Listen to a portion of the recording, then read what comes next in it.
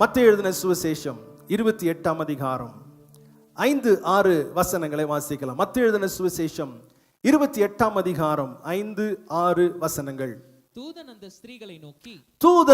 அந்த ஸ்திரீகளை நோக்கி நீங்கள் பயப்படாதிருங்கள், நீங்கள் பயப்படாதிருங்கள், சிலுவையில் அறையப்பட்ட இயேசுவை தேடுகிறீர்கள் என்று அறிவேன். சிலுவையில் அறையப்பட்ட இயேசுவை தேடுகிறீர்கள் என்று அறிவேன். அவர் இங்கே இல்லை, அவர் இங்கே இல்லை, தாம் சொன்னபடியே உயிர்த்தெழுந்தார், தாம் சொன்னபடியே உயிர்த்தெழுந்தார். கர்த்தரை வைத்த இடத்தை வந்து பாருங்கள், கர்த்தரை வைத்த இடத்தை வந்து பாருங்கள். வசனம் அழகாய் சொல்லுகிறது.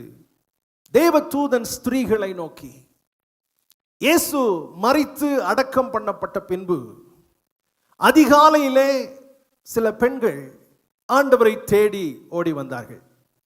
அன்றைக்கும் அப்படிதான், இன்னைக்கும் அப்படிதான் நினைக்கிறேன். சகோதரிகள் தான் அதிகமாக ஆண்டவர் என்ன செய்யறாங்க, தேடுறாங்க. எல்லா இடங்களிலும் பார்த்தீங்கன்னா சகோதரிகள் தான் அதிகமாக இருக்கிறாங்க.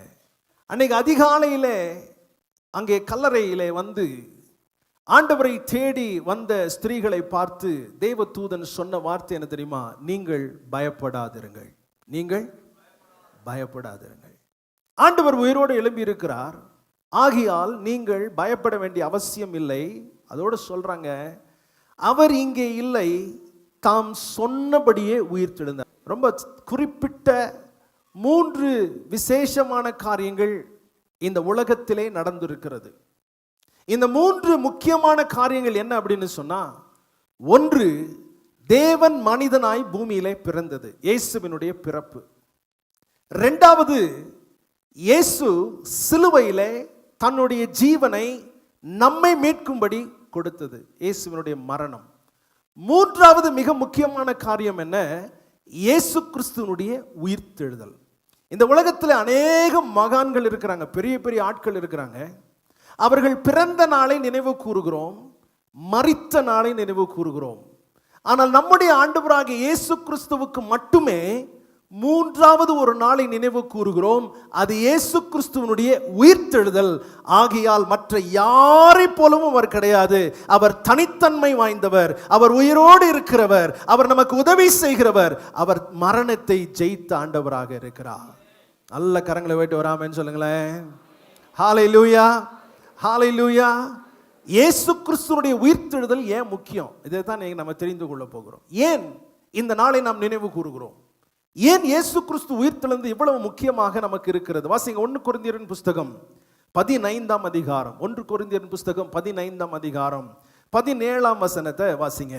கிறிஸ்து எழுந்திராவிட்டால், கிறிஸ்து எழுந்திராவிட்டால் உங்கள் விசுவாசம் வீணாயிருக்கும், உங்கள் விசுவாசம் வீணாயிருக்கும், நீங்கள் இன்னும் உங்கள் பாவங்களில் இருப்பீர்கள், நீங்கள் இன்னும் உங்கள் பாவங்களில் இருப்பீர்கள். திரும்ப அதை வாசிக்கிறேன். கிறிஸ்து எழுந்திராவிட்டால், ஒருவேளை இயேசு கிறிஸ்து உயிர்த்தெழாமல் இருந்தால் என்ன நடந்திருக்குமாம்? நம்முடைய விசுவாசம் வீண், நாம் ஆராதிக்கிறது வீண்.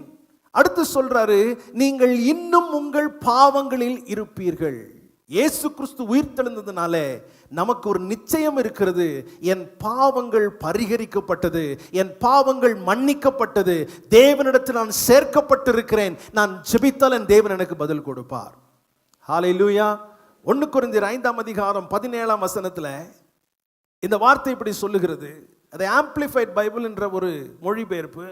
அதை தமிழாக்கி நான் சொல்லுகிறேன். கிறிஸ்து எழுந்திருக்கவில்லை என்றால் உங்கள் விசுவாசம் பயனற்றது. கிறிஸ்து எழுந்திருக்கவில்லை என்றால் உங்கள் விசுவாசம், ஆமாம், நல்லா பேசணும் இன்னைக்கு, ஓகே, சொல்லுங்களேன். கிறிஸ்து எழுந்திருக்கவில்லை என்றால் உங்கள் விசுவாசம் பயனற்றது, வல்லமை அற்றது, வெறும் மாயை. அடுத்து சொல்ல, நீங்கள் இன்னும் உங்கள் பாவங்களிலே இருப்பீர்கள், பாவத்தின் கட்டுப்பாட்டிலும் பாவத்தின் தண்டனையிலும் இருப்பீர்கள். இப்படி சொல்லலாம். நம்மை பாவத்திலிருந்து விடுதலை செய்தது இயேசு கிறிஸ்துவனுடைய உயிர்த்தெழுதல். ஹல்லேலூயா. இதனுடைய பின்னணி என்ன? ஆரம்பத்திலிருந்து நம்ம கொஞ்சம் வரப்போகிறோம். ஆதியாகமத்தின் புஸ்தகம் 2ஆம் அதிகாரம். ஆதியாகமத்தின் புஸ்தகம் 2ஆம் அதிகாரம் 16-17 வசனங்களை வாசிக்கலாம். தேவனாகிய கர்த்தர் மனுஷனை நோக்கி நீ தோட்டத்தில் உள்ள சகல விருட்சத்தின் கனியையும் புசிக்கவே புசிக்கலாம், ஆனாலும் நன்மை தீமை அறியத்தக்க விருட்சத்தின் கனியை புசிக்க வேண்டாம், அதை நீ புசிக்கும் நாளில் சாகவே சாவா என்று கட்டளையிட்டார். இந்த சாவு அல்லது மரணத்தை பற்றி முதலாவது பேசினது தேவன். முதலாவது பேசினது தேவன். ஆண்டவர் தான் சொல்லுகிறார் ஆதாம் இடத்துல, ஏவாள் இடத்துல, நீ இந்த ஒரு குறிப்பிட்ட மரத்தின் கனியை புசிக்க வேண்டாம். இது ஒண்ணு மட்டும்தான் உனக்கு கட்டளை. இதை நீ செய்யாமல் இருக்கும் பட்சத்தில் நீ ஜீவனோடு இருப்பாய். ஆனால் நீ இதை பறித்து சாப்பிடும் நாளிலே சாகவே சாவாய் என்றால் அர்த்தம் என்ன தெரியுமா? சாவு இருக்கிறது, மரணம் இருக்கிறது. நீ கீழ்ப்படுகிற வரைக்கும் மரணத்துக்கு உன்மேல் எந்த அதிகாரமும் இல்லை. நீ என்னுடைய வார்த்தைக்கு கீழ்ப்படிந்து நிற்கும் வரைக்கும் மரணம் உன்னை ஒன்றுமே செய்ய முடியாது, உள்ளே வர முடியாது ஆண்டவர் சொல்றார். ஆனா அதை காத்துக்கொண்டே இருக்கிறது, வெளியே இருக்குது. மரணம் என்ன செய்கிறது? காத்துக்கொண்டே இருக்கிறது, பார்த்து கொண்டே இருக்கிறது. ஆண்டவர் சொல்றாரு, நீ இதை எப்போ சாப்பிடுவியோ, எப்போ இந்த கட்டளையை மீறுவியோ, அப்பொழுது மரணம் உள்ளே வந்துவிடும் என்று ஆண்டவர் சொல்லுகிறார். நல்லா கவனிக்கணும். வெளியே இருக்கிற மரணம் உள்ளே வந்ததற்கு காரணம் என்ன அப்படின்னு சொன்னா, மனிதனுடைய பாவம். மனிதன் பாவம் செய்யாமல் இருந்த பொழுது மரணம் எப்படி இருந்துச்சு தெரியுமா? கொடுக்கு இல்லாத ஒரு தேனியை போல இருந்துச்சு. கொடுக்கு இல்லாத ஒரு தேனியை போல. சொல்லுங்களேன், எப்படி இருந்துச்சு மரணம்? சத்தமா சொல்லுங்களேன். கொடுக்கு இல்லாத தேனி. தேனி கொட்டினா எப்படி இருக்கும்? வலி பயங்கரமா இருக்கும்ல. அது கொடுக்கு இல்லைன்னு வச்சுக்கோங்களேன். கொடுக்கு இல்லைன்னா அது கொட்டிருச்சுன்னா செத்து போயிடும், அது வேற விஷயம். ஆனா கொடுக்கு இல்லாத தேனி பலனற்றது, மரணத்துக்கு ஒண்ணுமே செய்ய முடியாது. இந்த சூழ்நிலையில தான் ஏவாளும் சர்ப்பமும் ஒரு சம்பாஷணை பேசுறாங்க. பேசும் பொழுது அப்போ கூட சாத்தான் இந்த மரணத்தை பத்தி சொல்றான் பாருங்க. ஆதியாகமம் 3ஆம் அதிகாரம் 4ஆம் வசனத்துல வாசிங்க. அப்பொழுது சர்ப்பம் ஸ்திரியை நோக்கி, நீங்கள் சாகவே சாவதில்லை. அப்படின்னா என்ன சொல்றான்? நீ ஆண்டவருடைய கட்டளையை மீறினாலும் சரி மரணம் உள்ளே வர முடியாது. பொய் சொல்றான். நல்லா ஞாபகம் வச்சுக்கோங்க, பிசாசு பயங்கரமா பொய் சொல்லுவான், பயங்கரமா பொய் சொல்லுவான். இன்னைக்கு நமக்கு வருகிற நிறைய செய்திகளை நம்மளால நிதானிச்சு பார்க்கவே முடியல. நிறைய பொய் செய்திகள் வருகிறது. கவனமா இருங்க. ஆண்டவர்கிட்ட கேட்கணும், ஆண்டவரே இந்த பொய்களை நம்பி நான் ஏமாந்து விடக்கூடாது, பொய்களை கண்டறிய எனக்கு உதவி செய்யும். இது ரொம்ப முக்கியம். நிதானித்து அறியக்கூடிய ஒரு கிருபை. சாத்தான் உள்ளே வந்து என்ன சொல்றான்? அட நீ ஏன் பயப்படுற, இந்த பழத்தை சாப்பிட ரொம்ப நல்லது, நிச்சயமா சாவு உள்ள வராது என்று சொன்னதை நம்மால பார்க்க முடியுது. ஆனால் ஆதாமும் ஏவாளும் கீழ்ப்படியாமல் போனாங்க. அதனுடைய விளைவு என்ன தெரியுமா? மரணத்துக்கு பலன் வந்தது. மரணத்துக்கு என்ன வந்துச்சுங்க? பலன். இதுவரைக்கும் இல்லாத ஒரு பலன் மரணத்துக்கு வந்து விட்டது. மரணம் பூமிக்குள்ளே, உலகத்துக்குள்ளே வந்து விட்டது. வாசிங்க ரோமருக்கு எழுதின நிருபம் 5ஆம் அதிகாரம். ரோமருக்கு எழுதின நிருபம் 5ஆம் அதிகாரம் 12ஆம் வசனம் வாசிங்க. இப்படியாக ஒரே மனுஷனாலே பாவமும், ஒரே மனுஷனாலே பாவமும், பாவத்தினாலே மரணமும் உலகத்தில் பிரவேசித்தது போல எல்லா மனுஷரும் பாவம் செய்தபடியால் மரணம் எல்லாருக்கும் வந்தது போலவும் இதுவும் ஆயிற்று. இப்ப மரணம் ரொம்ப முக்கியமான ஒன்றாய் மாறிவிட்டது. எல்லா மதங்களும் மரணத்தை பற்றி பேசுகிறது, அதை எக்ஸ்பிளைன் பண்ணணும் ட்ரை பண்ணுது. சில மதங்கள் என்ன சொல்லுகிறது? நீ மரித்து விட்டால் திரும்பவும் பிறப்பாய் என்று சொல்லுகிறது. சில மதங்கள் என்ன சொல்லுகிறது? ஒரு மனுஷன் செத்து போயிட்டானா அதுக்கப்புறம் ஒண்ணுமே இல்லை அப்படின்னு சொல்லுகிறது. சில மதங்கள் என்ன சொல்லுகிறது? நரகம் பரலோகம் இருக்கிறது என்று சொல்லு. ஆனா எல்லாமே எதை பத்தி பேசுறாங்க? மரணத்தை பற்றி பேசுகிறார்கள். மரணத்தினுடைய இரண்டாவது காரியம் என்ன அப்படின்னு சொன்னா, ஒரு மனுஷனும் மரணத்தை தவிர்க்கவே முடியாது. ஒரு மனுஷனும் தவிர்க்க முடியாது. ஒரு காலகட்டத்தில் ஒரு உபதேசம் வந்துச்சு, தமிழ்நாட்டில் இருந்துச்சு, சாவாமை என்ற ஒரு உபதேசம். நீ சாகவே மாட்ட, பயங்கரமா பேசிட்டு இருந்தாங்க. பேசினவங்களே செத்து போயிட்டாங்க. அவங்க சில வசனங்களை சம்பந்தம் இல்லாமல் எடுத்து அதை பேசி, நீ சாகவே மாட்ட, நம்மளாம் தேவர்களை போல இருக்கிறோம் அப்படின்னு பேசினவங்களே இறந்து போயிட்டாங்க. நீங்க ரொம்ப கவனமா இருக்கணும், உபதேசங்களை குறித்து கவனம் இருக்கணும். மூன்றாவது, மரணத்தினுடைய ஒரு குணாதிசயம் என்னவென்றால் எல்லாரையும் சமமாக்கிவிடும். எல்லாரும் என்ன செஞ்சிருங்க? எல்லாரையும் சமமாக்கிடும். ஒரு அரண்மனையில் உட்கார்ந்து இருக்கிற ராஜாவா இருந்தாலும் சரி, அவருக்கும் அதே அளவு மண் தான். அந்த அரண்மனையில வேலை செய்கிற ஒரு ஆளா இருந்தாலும் சரி, அவனுக்கும் அதே அளவு தான். மரணம் என்பது எல்லாரையும் சமமாக்குகிறதாக இருக்கிறது. ஆனால் இந்த மரணத்துக்கு கூர் அல்லது பெலன் எங்கிருந்து வந்தது? வாசிங்க 1 கொரிந்தியரின் புஸ்தகம் 15ஆம் அதிகாரம் 56ஆம் வசனம். 1 கொரிந்தியர் 15:56. மரணத்தின் கூர் பாவம். மரணத்தின் கூர் பாவம். சொல்லுங்க, மரணத்தின், சத்தமா சொல்லுங்களேன், மரணத்தின் கூர் பாவம், பாவத்தின் பலன் நியாயப்பிரமாணம். வசனம் என்ன சொல்லுகிறது? மரணத்தின் கூர் பாவம். பாவம் தான் மரணத்துக்கு பலத்தை கொடுத்தது. பாவம் செய்ததுனால தான் மரணம் பலனடைந்து மனுஷனை தீண்ட ஆரம்பித்தது. இப்ப சொல்லுங்களேன், மனிதன் என்ன செய்தான்? பாவம் செய்தான். என்ன நடந்தது? மரணம் உலகத்துக்குள்ளே வந்தது. தேவன் சொன்னபடி மனுஷன் என்ன செய்ய ஆரம்பிச்சான்? மரிக்க ஆரம்பித்தான். ஹல்லேலூயா. பாவம் என்ற வார்த்தைக்கு அர்த்தம் என்ன தெரியுமா? கலகம். பாவம் என்ற வார்த்தைக்கு அர்த்தம் என்ன? கலகம். நம்முடைய தகப்பனுக்கு விரோதமாக கலகம் செய்யும்படி நம்மை தூண்டி விட்டதுதான் என்னங்க? பாவம். இப்போ அப்பா பார்க்குறாரு, அப்பாவோட இருதயம் ரொம்ப வேதனைப்படுது. என் பிள்ளைகள் எனக்கு விரோதமாக கலகம் செய்து பாவம் செய்து இந்த மரணத்துக்கு அதிகாரம் கொடுத்துட்டாங்களே, எவ்வளோ நாள் இவங்க அப்படி கஷ்டப்பட்டுட்டு இருப்பாங்க? இந்த மரண பயத்திலிருந்து என் பிள்ளைகளை விடுதலை ஆக்க வேண்டும் என்று தேவன் பார்த்து என்ன செய்தார்? வாசிங்க எபிரேயரின் புஸ்தகம் 2ஆம் அதிகாரம். எபிரேயர் 2ஆம் அதிகாரம் 14ஆம் வசனத்தை வாசிங்க. எபிரேயர் 2ஆம் அதிகாரம் 14ஆம் வசனம்.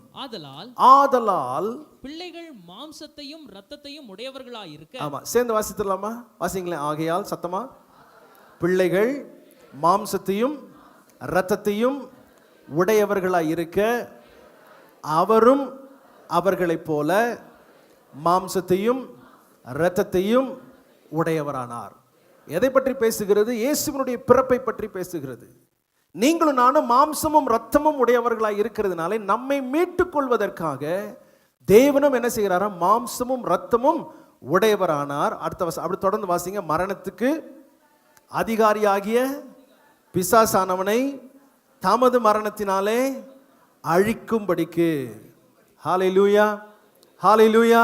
இப்போ தெரியுதா உங்களுக்கு ஏன் தேவன் மனிதனாக வந்தார் அப்படின்னு சொன்னா? நாம் மனிதர்களாக இருக்கிறோம், நம்மை மீட்பதற்காக அவரும் மனிதனாக பூமியிலே வந்தார். வந்து என்ன செய்தார்? வாசிங்க எபிரேயர் 2ஆம் அதிகாரம் 15ஆம் வசனத்தை வாசிங்க. எபிரேயர் 2ஆம் அதிகாரம் 15ஆம் வசனம். ஜீவ காலமெல்லாம் மரண பயத்தினாலே, ஜீவ காலமெல்லாம் மரண பயத்தினாலே அடிமைத்தனத்திற்குள்ளானவர்கள் யாவரையும், அடிமைத்தனத்திற்கு உள்ளான யாவரையும் விடுதலை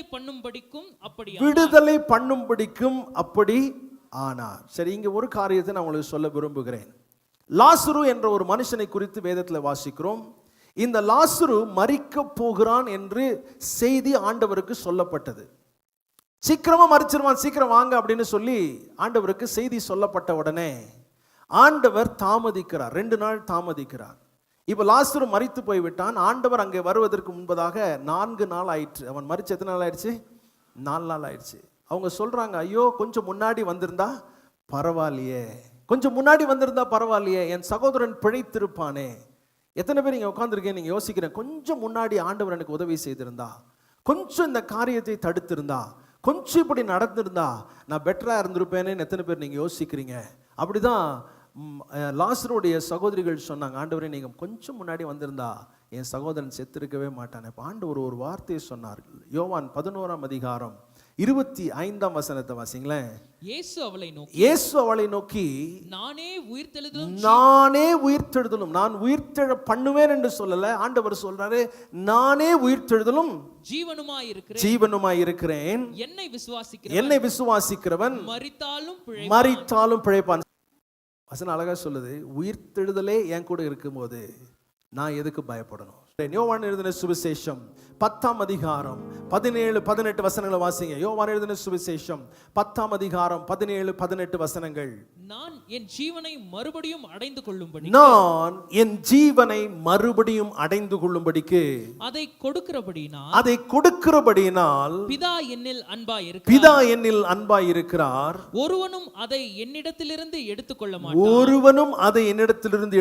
மாட்டான். நானே அதை கொடுக்கிறேன், அதை கொடுக்கவும் எனக்கு அதிகாரம் உண்டு, கொடுக்கவும் எனக்கு அதிகாரம் உண்டு, அதை மறுபடியும் எடுத்துக்கொள்ளவும் எனக்கு அதை அதிகாரம், மறுபடியும் எடுத்துக்கொள்ளவும் எனக்கு அதிகாரம் உண்டு. இந்த கட்டளையை என் பிதாவினிடத்தில் பெற்றுக்கொண்டேன், என் பிதாவினிடத்திலே பெற்றுக்கொண்டேன். இப்ப சொல்லுங்களேன், மரணத்துக்கு பலன் எங்கிருந்து வந்தது? பாவத்தில். சத்தமா சொல்லுங்க, எங்கிருந்து வந்துச்சு? பாவத்தில் இருந்துச்சு, பாவத்தில் இருந்து வந்தது. ஆனால் இயேசு கிறிஸ்து பாவமற்றவராய் இருந்தார். அவரை மரணம் தீண்ட வேண்டும் என்றால் பாவம் இருக்க வேண்டும். எத்தனை பேர் புரியுது? ரொம்ப முக்கியம். ஏன் இந்த நாளை நினைவு கூறுகிறோம்? ஏன் இயேசுவின் உயிர்த்தெழுதல் ரொம்ப முக்கியம் அப்படின்னா, இயேசுவை மரணம் தீண்ட முடியாது. ஏனென்றால் அவர் பரிசுத்தம் உள்ளவர், பாவமே இல்லாதவர். பிறக்கும் போதும் பாவம் இல்லை, வாழ்ந்த போதும் பாவம் இல்லை. ஆகையால் மரணத்துக்கு இயேசுவின் மேல் எந்த அதிகாரமும் கிடையாது. ஆனால் தேவன் ஒரு காரியத்தை செய்தார். ஏன் தெரியுமா?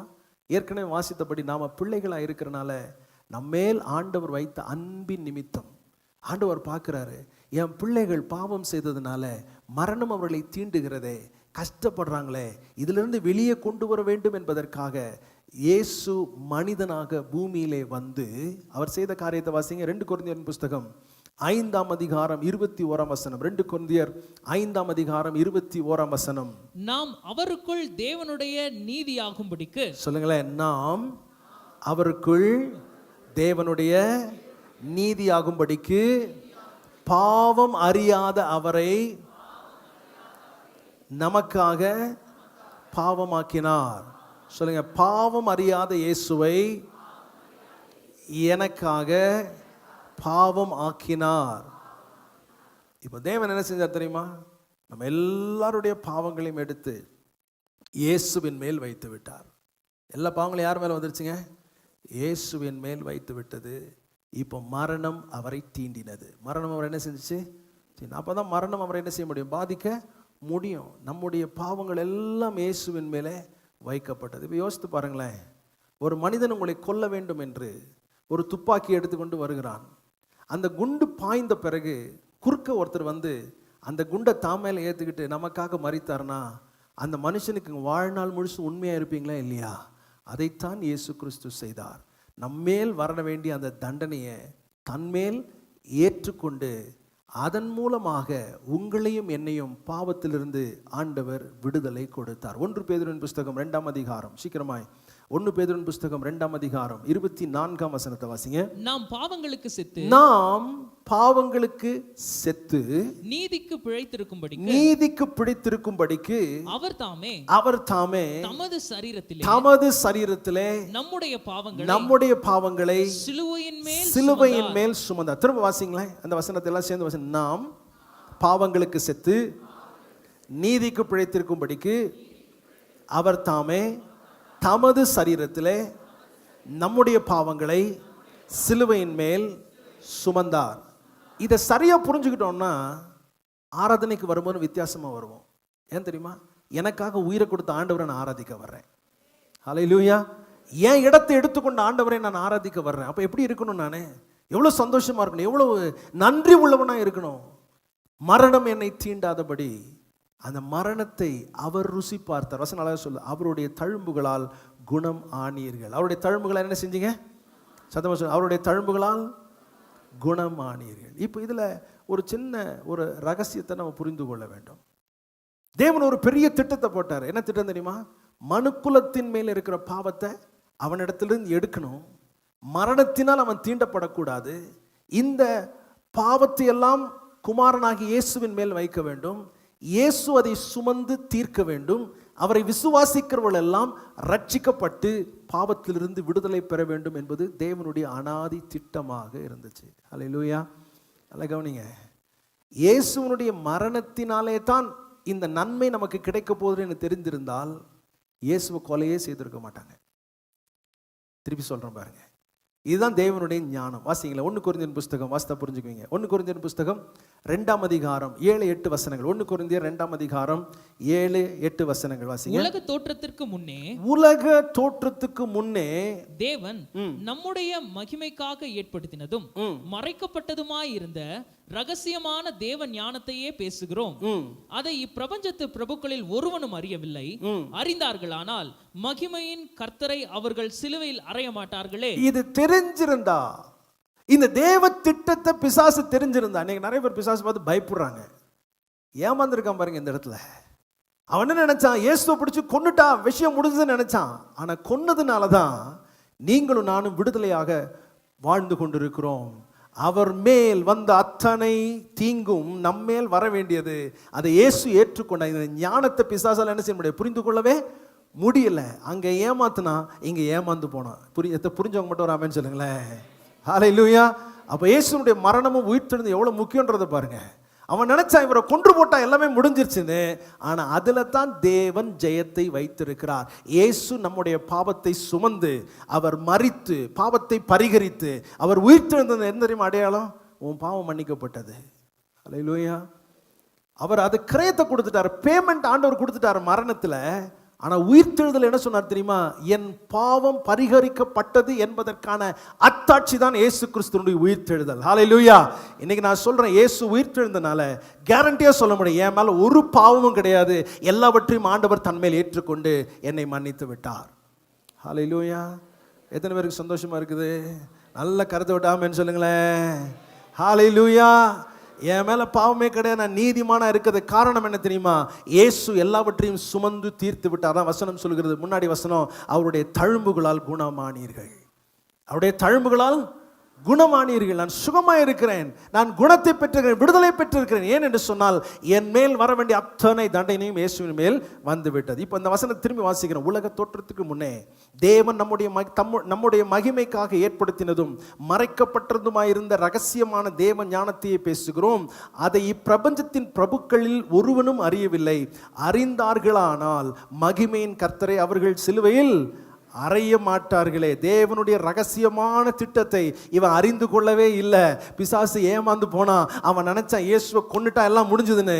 ஆனால் கொன்னதினாலே, இயேசு ஜீவனை கொடுத்ததினாலே என்ன நடந்துச்சு தெரியுமா? அந்த மரணத்தினுடைய கூர் உடைக்கப்பட்டது. ஹல்லேலூயா. ஹல்லேலூயா. எத்தனை பேருக்கு தெரியும்? எத்தனை பேருக்கு தெரியும்னு தெரியல. தேனி இருக்கு இல்லையா, பெரிய கொடுக்கு இருக்கும்.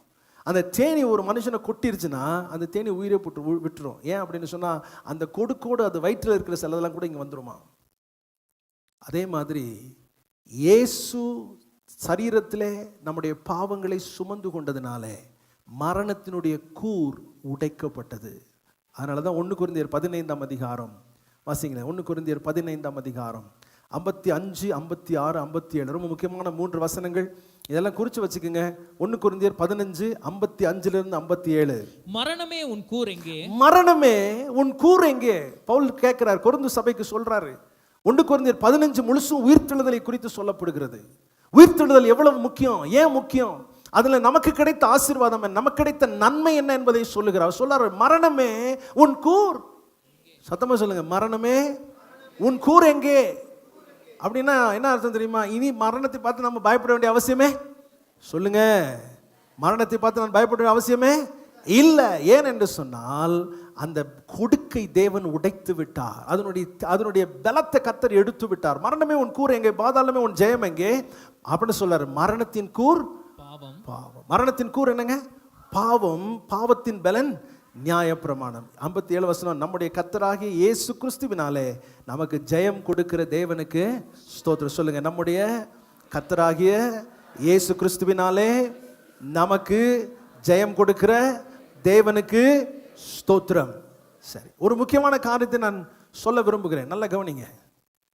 இந்த பாவத்தினுடைய கூர் உடைந்தது, மரணத்தினுடைய கூர் உடைந்தது என்பதற்கு சான்று என்ன? What is the proof that the sting of death is gone? வாசிங்க, மத்தேயு எழுதின சுவிசேஷம் 27ஆம் அதிகாரம் 50ஆம் வசனத்திலிருந்து வாசிங்க.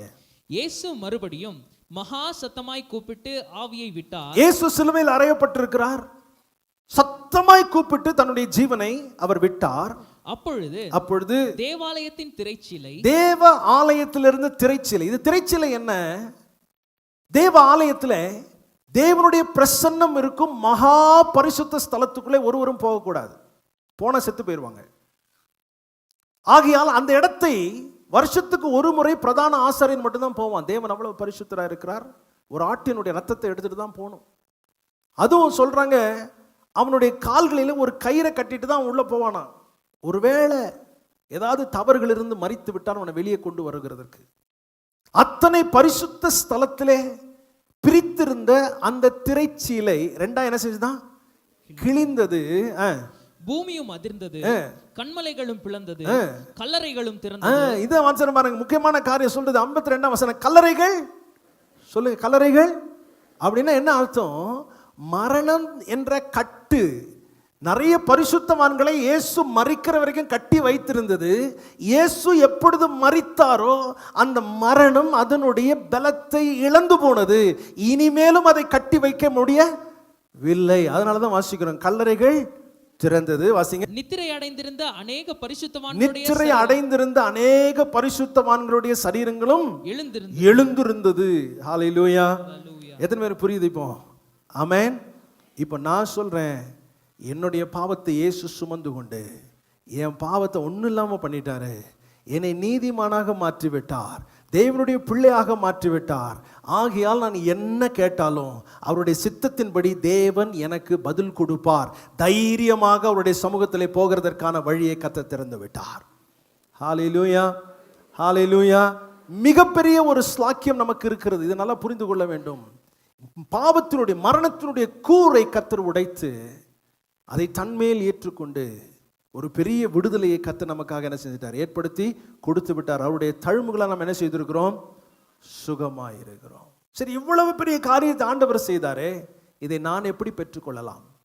இதை என்னுடைய வாழ்க்கையில் எப்படி நான் அதை சுதந்திரித்துக் கொள்ளலாம்? இதை எப்படி நான் எனக்கென்று எடுத்துக்கொள்ளலாம்? வாசிங்க, ரோமருக்கு எழுதின நிருபம் 10ஆம் அதிகாரம். ரோமருக்கு எழுதின நிருபம் 10ஆம் அதிகாரம் 9ஆம் வசனத்தை வாசிங்க.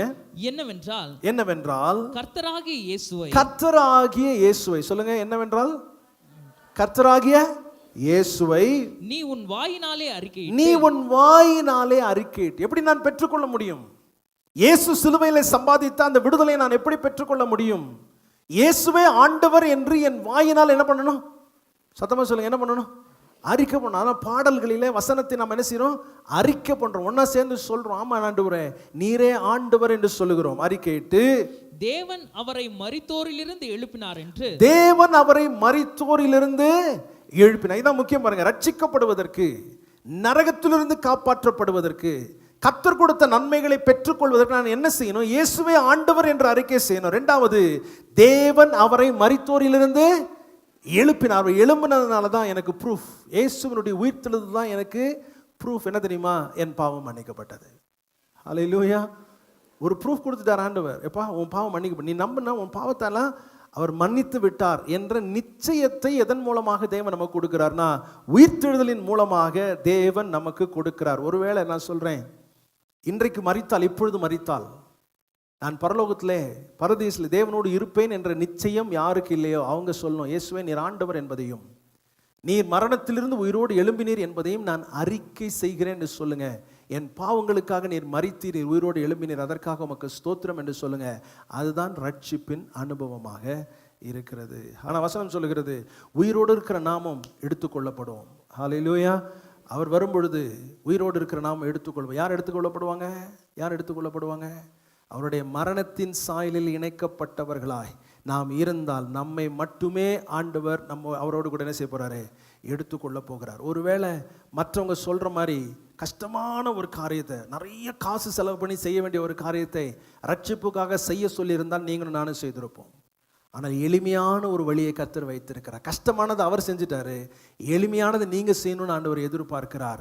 கால தாமதமே செய்யாதீங்க, கால தாமதமே செய்யாதீங்க. இதுவரை ஞானஸ்தானம் எடுக்காதவர்கள் வார்த்தைக்கு கீழ்ப்படிந்து நீங்கள் ஞானஸ்தானம் பெறும்படி உங்களை அன்பாய் கேட்டுக்கொள்கிறேன். சொல்லுங்களேன், ஒரு மனுஷன், நான் சொன்ன மாதிரி நம்ம மேலே வர வேண்டிய குண்டு ஒரு மனிதன் ஏற்றுக்கொண்டு நம்முடைய இடத்துல அவர் மரித்து போனால் அவரை வாழ்நாள் முழுதும் கொண்டாடுவோம், வாழ்நாள் முழுதும் அவருக்கு உண்மையாக இருப்போம். இயேசு நம்முடைய பாவத்தையும் சாபத்தையும் தன்மேல் சுமந்து கொண்டு ஒரு பெரிய விடுதலை நமக்கு ஏற்படுத்தி இருக்கிறார்.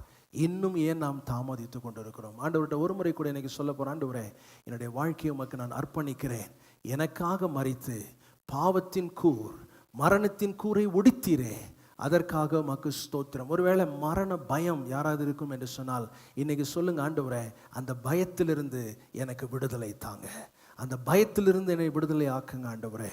அப்படி நீங்க சொல்லி, நான் கர்த்தர் பெரிய காரியங்களை நமக்காக இருக்கிற இடத்துல கண்களை மூட போகிறோம் எல்லாரும். கர்த்தாவே, நீர் செய்ய போகிற காரியங்களுக்காக உமக்கு நன்றி.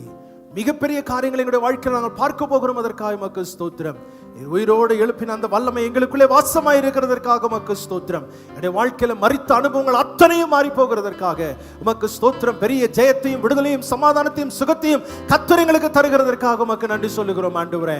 அன்றைக்கு நீர் மரித்த பொழுது திரைச்சீலை கிழிந்து பரிசுத்தவான்களுடைய கல்லறைகள் திறக்கப்பட்டது, அதற்காக உமக்கு நன்றி. எங்கள் பாவம் பரிகரிக்கப்பட்டதன் நிச்சயத்தை தேவன் எங்களுக்கு தந்திருக்கிறதற்காக உமக்கு ஸ்தோத்திரம். கரங்களில் எங்களை ஒப்புக் கொடுக்கிறோம். சந்தோஷமாய் சமாதானமாய் ஜெயமாய் இந்த இடத்தை விட்டு நாங்கள் போக கர்த்தர் கிருபை செய்கிறதற்காக ஸ்தோத்திரம். ஆவியானவரே, இந்த வார்த்தைகள் பிள்ளைகளுடைய இருதயங்களில் ஒலித்துக் கொண்டே இருப்பதாக. எல்லா துதியும் கனமும் மகிமையும் உமக்கு மாத்திரம் செலுத்துகிறோம். இயேசு கிறிஸ்துவின் மூலம் ஜெபிக்கிறோம் ஜீவனுள்ள நல்ல பிதாவே, ஆமென். நம்முடைய கர்த்தராகிய இயேசு கிறிஸ்துவினுடைய கிருபையும் பிதாவாகிய தேவனுடைய அன்பும் பரிசுத்த ஆவியானவருடைய ஐக்கியமும் நம் அனைவரோடும் என்றும் என்றும் சதா காலங்களிலும் இருப்பதாக. ஆமென்.